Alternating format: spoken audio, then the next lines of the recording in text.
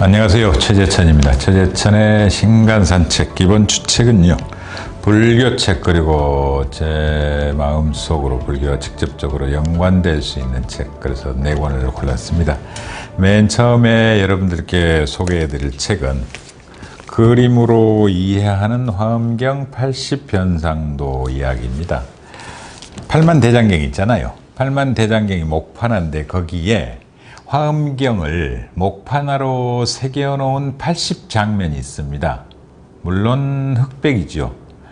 그걸 이제 최근에 불화장께서 다시 채색으로 해서 한번 쭉 80장을 다시 그려 놓으셨는데, 이 화엄경의 방대한 세상을, 경전의 세계를 이 목판화로 압축해서 새긴다는 게 얼마나 어렵겠습니까, 우리?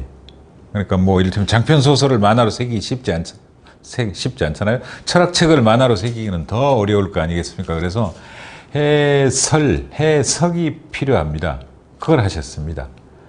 쭉 지금 한 30여 년 이상 출간 이래로 오로지 화엄경, 화엄학에 빠져 계시는 자훈 스님께서 이번에 화엄경의 세계를 팔만대장경을 채색화한 것과 함께 여러분들을 위해 쉽게 설명한 그런 책입니다. 지금부터 1000년 전에 거란 침입된가요? 그때 우리가 초조대장경을 만들고, 그 다음에 몽골이 침입하면서 온 나라가 다 불타버리잖아요. 그치요?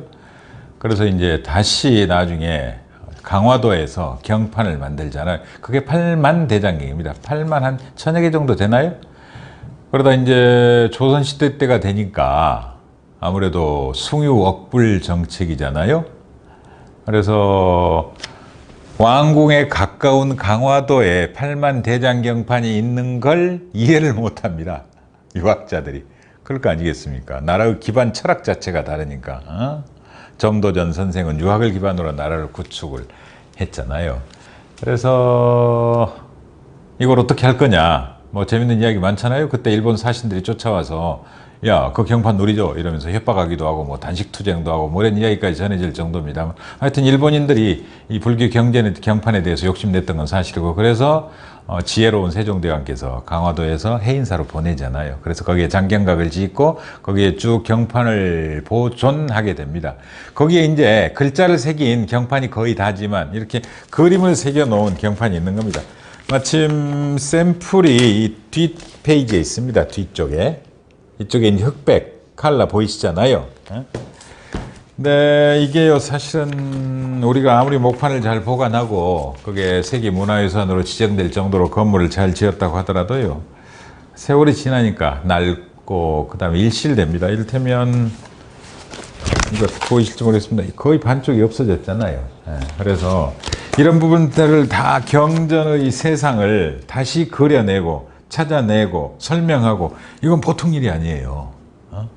그걸 하신 거죠, 지금. 그리고 이제 팔만대장경은 쭉 가다가 일본 사람들이 대정 시절에, 그러니까 1900년대 초에 신수대장경이라고, 그때서야 비로소 거의 1000년 지나서야 처음으로 경전 결집을 해요.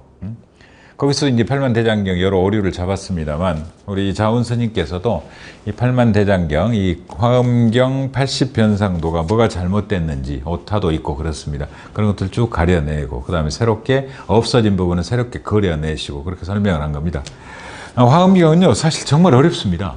저도 전혀 이해 못해요, 솔직히요. 제가 책을 소개하는 기준 중에 하나가요, 클래식, 그야말로 경전, 사서, 삼경이건 불경이건 성경이건 새롭게 해석하는 책은 저는 어떻게든 사봅니다. 왜냐하면 종교는 끊임없이 재해석돼야 된다고 생각을 하고, 더구나 한역 불교 세상에 젖어 있는 우리 입장에서는 끊임없이 재해석을 해야 합니다. 우리 반야신경, 마하반야, 뭐 이렇게 하면 뭘 알겠습니까? 화엄경 누가 합니까, 솔직히? 그렇죠. 정토준과 화엄경, 의상스님과 원효대사, 여기에 대한 기초적인 이해는 있지만 화엄경은 세상에 뭔지 아무도 모릅니다. 우리 불교 교육경전은 더구나 금강경으로 가버려가지고 순간 깨달으면 그게 곧 부처거든요. 그러니까 교리나 화엄세상이나 화엄경의 그런 대단히 복잡하고 미묘한 체계, 철학들은 다 사라져버리고 없는 겁니다. 그리고 저조차도 화엄경의 세계는 전혀 몰라요, 사실은요. 이 책 아주 정말 다 읽었다고 하면 거짓말이고요. 쭉 80변상도 따라서 읽어가는데 전 전혀 이해 못하겠어요. 더구나 2500년 전에 부처님께서 깨달음을 얻으시고 그 다음에 진리를 설하시고 이게 중국으로 와서 선불교가 전파되고 그 다음 5세기, 6세기경 전 세계적으로 종교의 세기잖아요. 4세기에서 8세기가. 그때 이제 화엄경이 쫙 번역이 된 거고 당나라 때 이제 천태종하고 화엄종, 천태종 이 둘이 대립을 하잖아요. 화엄종의 특색은요, 저는 잘 모릅니다만 지금 이 세상이 화엄 세상입니다. 화엄 세상은 그야말로 화려하고 장엄한 세상이잖아요. 이 세상이 곧 극락이라는 거거든요. 그러니까 이게 다른 책을 보다 보면 나옵니다만 철저히 당시 당나라 제국에 대해서 현실 세계의 절대성을 이론적으로 세워줬다고요. 그 당시 천하 사상에 몰입해 있던 당나라 사람들에게 불교의 철학을 갖다 들이대도 이 세상은 가장 행복하고 잘나고 행복한 장엄한 세상이거든요. 그럼 화엄종의 세상하고 맞아떨어진 거죠. 깨달음의 세상, 우리가 궁극적으로 깨달았을 때 접하는 세상이 화엄 세상인데 그 세상이 지금 현실 세계에 펼쳐 있는 거고 그 나라가 바로 전 세계적으로 가장 융성했던 당 제국이란 말이에요. 그래서 이론적 기반이 되는 거고 철학적 기반이 되는 거죠. 물론 화엄종의 사상은 이제 한국에도 의상 스님 따라서 들어오잖아요. 우리 잘 아시잖아요. 그쭉 당나라 유학 가려다가 원효 스님은 해골 바가지에 있는 물 먹고 다시 되돌아오시고 의상 스님은 그럼에도 진리는 저 땅에 있을 수가 있어 가서 당나라 가서 공부하시고 당나라 선진 불교 사상을 쭉 가져오셔서 저 어디입니까? 부석사, 무량수전 생각하시면 되잖아요. 부석사 무량수전에 이 비로자납을 계시잖아요. 이 직원인. 지혜를 쥐고 있는 손 모양이거든요. 대부분 뭐 우리 농담하잖아요. 돈 달라 뭐 이러면서 이렇게 하고 있는 모양이 있고 뭐 이렇게 하고 있는 이 잡잖아요. 이게 비로자납불이거든요. 이게 본전불인데 화엄종 본전불입니다. 그러니까 이제 그 선묘와 그 의상대사와 얽힌 설화 있잖아요. 그게 이제 부석사인데 뜰 부자 돌석자 거기 가장 우리가 사랑하는 법당이 무량수전이잖아요. 무량수전에 비로자납불이 모셔 있습니다. 그러니까 화엄종 사찰이죠. 그렇게 이제 신라 시대 때는 우리 저 지리산 화엄사가 이야기했던 것처럼 화엄종이 신라 왕실을 지배하는 철학적 사조를 이루고 원효 스님은 민간 불교를 이루는 이를테면 정토종이고 그 다음에 신라 후기에 와서는 누구나 부처가 될 수 있다. 이 깨달으면 순간 부처가 될 수 있다. 이 선 사상이 지배를 하면서 그 선종, 구산선문이 지배를 하고 우리 불교가 이제 그때부터 그런 지배를 받게 되죠. 물론 고려시대 때는 천태종이 다시 잠시 철학적 기반을 이룹니다만 화엄경은 부처님께서 깨달음을 얻은 후에 21일간 해인산매 깨달음의 즐거움에 빠지면서 사유하면서 설법하신 내용을 담은 대승경전입니다. 한문 번역으로는 대방광불 화엄경이에요. 줄여서 화엄경인데 화엄경의 본조는 법당에 계셔진 본 부처님은 비로자나 부처님으로 열애의 광대한 법성 속에 머문다는 뜻입니다. 그래서 화엄이 설해지는 보리도량에서 부처님은 깊은 깨달음에 들어가 계시고 부처님의 위신력을 받드는 신, 왕, 보살 등이 부처님의 덕을 찬양을 해요. 그래서 첫 번째 그림을 보시면요. 보리도량, 깨달음의 도량에서 부처님께서 깨달음, 정각, 그쵸? 니르바나의 세계를 이루심을 찬탄을 하는 그림들입니다. 그 다음으로 넘어가면 무궁무진한 대중이 바다처럼 모여오는 거죠. 부처님은 깨달음의 세상을 나눠야 될 거 아닙니까? 사실요, 기독교도 마찬가지입니다. 기독교도 맨 처음에 그 일반 시민들이 그 예수님의 말씀을 쉽게 알아들었을까요? 더구나 사도 바울, 그 전에 사도 바울의 이야기를 쉽게 받아들였을까요? 그렇지는 않았어요, 사실은요. 그 당시도 부처님의 말씀을 맨 처음에는 지식인들, 이런 사람들이 깨달아요. 그렇지만 궁극적으로 부처님께서 추구했던 건 평등사상이기 때문에 그 계급사회를 깨뜨리고 누구나 깨달을 수 있는 이 진리를 함께 나누었거든요. 근데 이것도요, 이제 그렇다면 깨달았잖아요, 먼저? 그럼 부처님께서는 나누실 거 아닙니까? 그러면 두 번째 그림은 무궁무진한 대중이 바다처럼 모여들어요. 제 두 번째 그림은. 그 다음에 세 번째 그림은 팔부신중들이 부처님의 깨달음을 찬탄을 해요. 그렇죠? 다 찬을 해야 될 거 아닙니까? 아, 그 깨달음 위대하십니다. 그 다음에 신중들, 절에 가면 신중단 있잖아요. 그 다음에 보살들, 이런 분들이 다 찬탄을 하고, 그 다음에 이제 보살들이 나타나시고 그런 식으로 차근차근 이제 함께 깨달음의 세계에 들어가고 부처님께서는 향수의 만다라로 화장 세계를 펼쳐 보이시고 이런 식입니다. 다시 말씀드립니다만 우리는 금강경을 최근에 선불교라서 교의경전으로 하고 있죠. 재행무상이죠. 세상의 모든 것들은 고정된 실체가 없어. 내가 나를 이 순간 나를 관찰해도 그건 고정된 실체가 아니에요. 그 다음에 일본은 법화경이잖아요. 그러니까 묘벽, 모벽, 연화경이라고 그래서 줄여서 법화경 그랬는데 전생이 궁금하면 내가 지금 살고 있는 모습이고 내세가 궁금하면 내가 지금 짓고 있는 모습이라 그래요. 네가 복을 지으면 내세는 행복해 이거예요. 그게 일본 불교적 특성이거든요. 근데 우리는 이제 신라 시대 때 화엄 사상이 한국 불교 전체를 지배했던 시절이 있었고 아까 말씀드린 대로 당나라가 그러했고 그래 이제 우리 선조들께서는 팔만대장경에 화엄경을 알기 쉽게 그림을 그려서 펼쳐 놓으신 거죠. 그걸 다시 그 80권입니다. 80권. 40권, 80권 그렇죠? 우리가 보통 보는 화엄경은 80권인데 그 이제 한역으로 80권인데 그걸 이제 한글로 번역해도 이 정도는 될 겁니다. 아마 지금 나와 있는 그걸 다시 이제 자원 스님께서 줄이고 펼치고 알기 쉽게 이해해가지고 그림과 함께 설명을 하신 겁니다. 그래서 화엄경의 세계를 이해하는 한편 입문서이자 한편으론 어려운 책입니다. 스님께 전화드려봤더니 이 불교 전문 용어들, 그 다음에 가장 기본적인 용어들을 한글로 풀려고 정말 노력하셨다는 말씀을 하시더라고요. 이해합니다. 그럼에도 불구하고 의사들이 쓰는 전문 용어가 있는 것처럼, 그치요? 바꿀 수 없는 용어들이 있거든요. 그 전문 용어들. 그 전문 용어들은 쭉 사용을 하셨는데도 하여튼 최근 우리 시대에 재해석된, 번역된 화엄경 책으로는 가장 알기 쉽고 가장 부처님의 장엄한 그 진리의 세계로 안내하는 좋은 책이 될 겁니다. 출판사에서 사실 이 정도 책을 내기가 쉽지 않죠. 우리나라 책 안 팔리잖아요.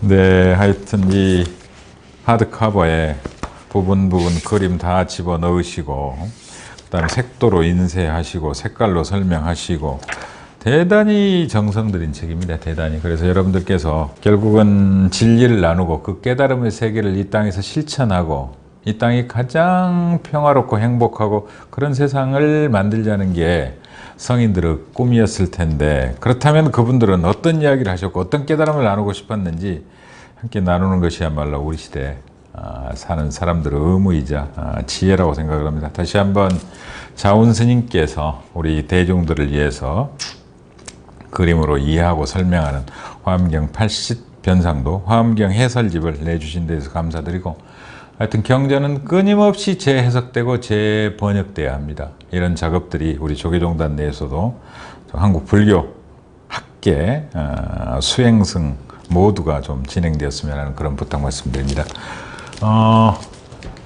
두 번째 책은요. 스스로 깨어난 자 붓다입니다. 전 이 책을 작년인가 재작년인가 누가 소개를 해서 이 책은 오래된 책입니다. 사실 몇 년 됐어요. 한 2, 3년 됐어요. 근데 고맙게 이 책이요. 전 이제 샀는데 8세를 찍었어요.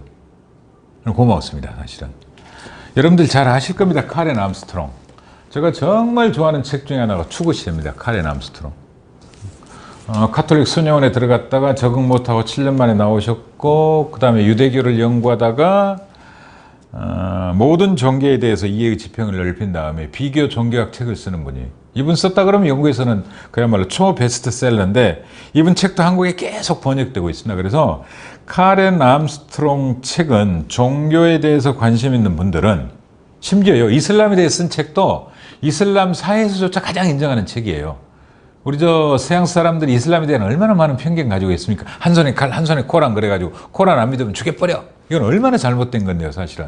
저는 언제 말씀드렸습니다만. 근데 붓다에 대해서도요, 철저히 팔리어 경전. 우리는 북방불교잖아요. 한약불교를 바탕으로 공부하고 있거든요. 근데 남방불교 경전인 팔리어를 바탕으로 해요. 이를테면, 우리는 식달타 이렇게 하잖아요. 여기는요, 시다타 고타마예요. 시다타. SIDDHATTA. 그 다음에 우리 저 깨달음 있잖아요. 깨달아. 다르마. 니르바나나 다르마 이걸, 니르바나는 보통 지혜, 다르마는 깨달음 뭐 이러는 달마 대사, 다르마잖아요. 이걸 팔리어 표현으로 니바나 이렇게 번역합니다. 니바나. 그 다음에 다르마를 담마 이렇게 번역을 했어요. 이를테면 그 다음에 참선 있잖아요. 참선을 여기는 뭐 상황에 따라 조금 다릅니다만 대체적으로 요가라는 용어로 번역을 했어요. 사실은요, 그래서 익숙치 않아요. 읽기는 대단히 편치 않습니다. 그런데 잘 아시다시피 맨 처음에는 고행을 하잖아요. 그 다음에 막 즐겨 춤추고 환락의 세계 속에 또 깨달음을 얻으려도 하지만 이것도 아니야 이것도 아니야. 그래서 부처님 말씀을 그대로 빌자면 틀림없이 깨달음을 얻는 다른 방법이 있을 것이다 그러면서 중도 길을 가시잖아요. 근데 붓다는 평생에 걸쳐서 이 생각, 모든 것은 변한다, 유동적이다, 모든 존재는 이 생각을 철저하게 밀고 나갔다. 먼 훗날 17세기 프랑스 철학자 데카르트는 나는 생각한다, 고로 나는 존재한다라고 선언하게 됐지만 붓다는 정반대의 결론에 이르렀다. 그 입장에서는 자신이 개발한 깨어있는 마음의 요가를 통해 생각할수록 우리가 자아라고 부르는 것이 망상이라는 사실이 점점 분명해지는 것 같았다. 요가적 분석이라는 현미경으로 보자면 각각의 사람은 하나의 과정이다. 붓다는 인격을 묘사할 때 타오르는 불이나 흐르는 냇물 같은 비유를 즐겨 사용했다. 붓다가 인간의 마음을 숲을 돌아다니는 원숭이에 비유한 것은 특히 생생하게 다가온다. 원숭이는 한 가지를 잡았다가 그것을 놓고 다른 가지를 잡습니다. 우리가 자아라고 표현하는 것은 사실 편의에 따른 용어에 불과하다. 우리는 항상 변하고 있기 때문이다. 그러면서 18세기 스코틀랜드 경험론자 데이비드 휴메다가 갖다 부딪혀요. 휴음과 붓다 사이에는 거의 비슷한 결론을 이뤘지만 중요한 차이가 있다. 휴음은 자신의 통찰이 독자들의 도덕적 행동에 영향을 줄 것이라고 예상하지 않았다. 그렇지만 단만은 행동 강령이었다. 행동하라는 요구였다. 나아가 자기중심주의는 모든 악의 근원이라고 할 만했다. 특히 180에서 181페이지가 제 생각에는 최고의 전체의 대강입니다. 서양인의 눈으로 서양 사람들이 지금까지 연구해 놓은 경전과 논문과 부처에 대한 이해를 바탕으로 붓다를 설한 책입니다. 정말 추천할 만한 책이에요. 꼭 추천합니다, 여러분들께. 그 다음에요, 설전입니다. 설전. 이름은 좀 유치하죠. 눈밭의 전투인데 요즘 유행하는 TV 방송 프로그램을 차용했다고 저는 생각을 했는데 그게 좀 불편했어요. 전 뭐 성천 스님 대단히 존경하고 그 다음에 법정 스님 찾아뵙고 제가 또 그 말씀도 좀 듣고 그 다음에 당신이 뭐 정치하려면 이런 것 좀 신경 써라 이런 말씀도 제가 돌아가시기 전에 들은 적이 있습니다. 진심으로 존경하는 분인데 대체적으로 이제 법정 스님이 성철 스님께 묻고 성철 스님이 답하고 이를테면 출처는 정확히 좀 표현을 안 한 것 같던데 되게 이제 언론사 신년 인터뷰 이런 것들 좀 들어있는 것 같고 두 분이 만나 뵀을 때 서로 질의응답했던 거 60 몇 년부터 그 다음에 두 분 사이에 얽힌 인연 우리 현대 불교의 최고의 거두시잖아요. 가장 대중적으로 진리를 함께 나누신 법정 스님 그렇죠? 그 다음에 3000배를 해라 그게 이제 중요한 논쟁거리로 나옵니다만 그 3000배는 나에 대한 경배가 아니야. 부처님은 진리의 길에 들어서기 위한 최소한의 예의야 이런 식으로 설명하십니다만 백년암에 계셨던 해인사 성철 스님의 여러 좋은 말씀들을 아주 예쁜 사진과 함께 쭉 실었습니다.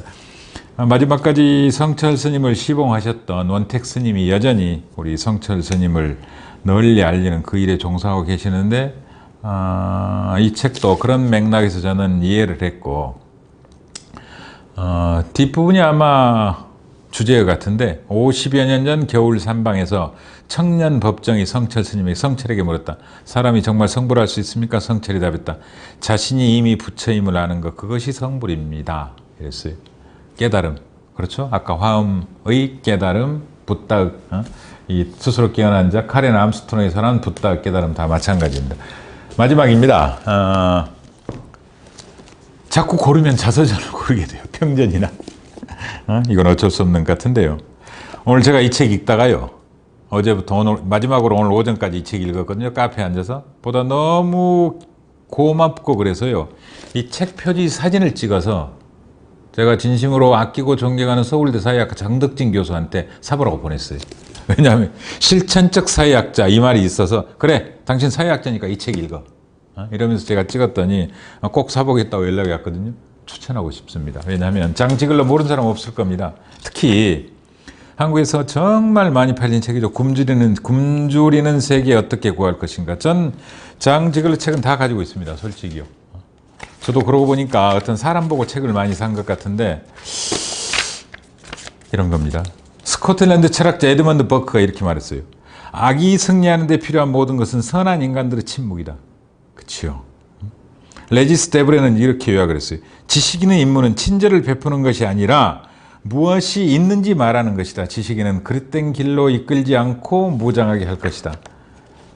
라블레의 명언 중에 이런 말이 있대요. 양심 없는 학문은 영혼의 폐허다.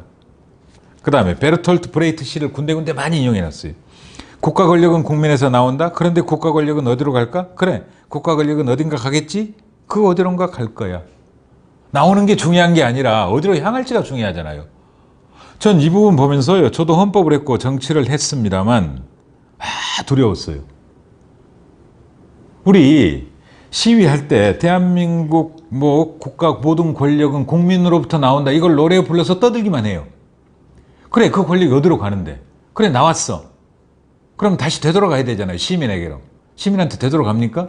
권력기관으로 가잖아요. 한국은 절대적으로 그렇죠?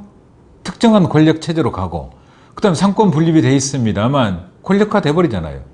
그 다음에 늘 말씀드리는 경찰, 검찰, 군대, 정보기관, 감사원, 국세청 이런 국가폭력기관들 합법적인 의미 폭력성을 독점하고 있잖아요. 선의를 위해 쓰라고. 그리 가버려요. 그거 어떡하겠습니까? 전 솔직히 정말 이 시가 있는 줄도 몰랐고요. 부끄러웠습니다. 그래서 이 장지글러의 인문학적 자서전, 자기가 사회학자로서 세상을 해석하고 철학을 해석하고 자기가 지금까지 알았던 뭐라 그럴까요? 학문의 길? 학자를 재해석하는 이런 자서전입니다. 내가 어디 가서 어쩌고 이런 이야기 아니에요. 다만 이분이 쭉 그냥 빈민국 돌아다니고 여기에 대해서 끊임없이 비판하고 스위스가 그 모든 은행들의 종착점이 되는 거 이런 못된 검은 돈에 이런 것을 끊임없이 비판했잖아요. 근데 자기가 겪었던 고통, 슬픔, 어디 가서 가난한 사람들 만났을 때 그렇잖아요. 이런 이야기를 군데군데 섞으면서 자신의 철학, 사상 이런 것들을 재해석했어요. 그래서 세 권은 부처님 말씀인데 한 권을 뭘 고를까 고민하다가요. 최근에 읽은 책 중에 이게 가장 우리 시대에 부처님이 꿈꾸는 그런 다 함께 행복하고 평화로운 세상, 깨달은 세상에 적합하다는 생각이 들어 이 책을 골랐습니다. 꼭 추천드립니다. 장지글러의 인간의 길을 가다. 법정 스님과 성철 스님의 문답집 설전. 그 다음에 늘 제가 존경하는 카렌 암스트롱의 스스로 깨어난 자 붙다. 그 다음에 정말 30년 동안 공부한 모든 열정과 공덕을 이 한 권에 담아내신 우리 훌륭하신 비구니 스님, 자운 스님의 그림으로 이해하는 화엄경 80편상도 이야기. 여러분들과 함께 불교에 대한 진리, 깨달음을 나누고 싶어서 화엄경 이야기를 시작으로 여러분들과 함께 했습니다. 다음 시간에 뵙겠습니다. 고맙습니다.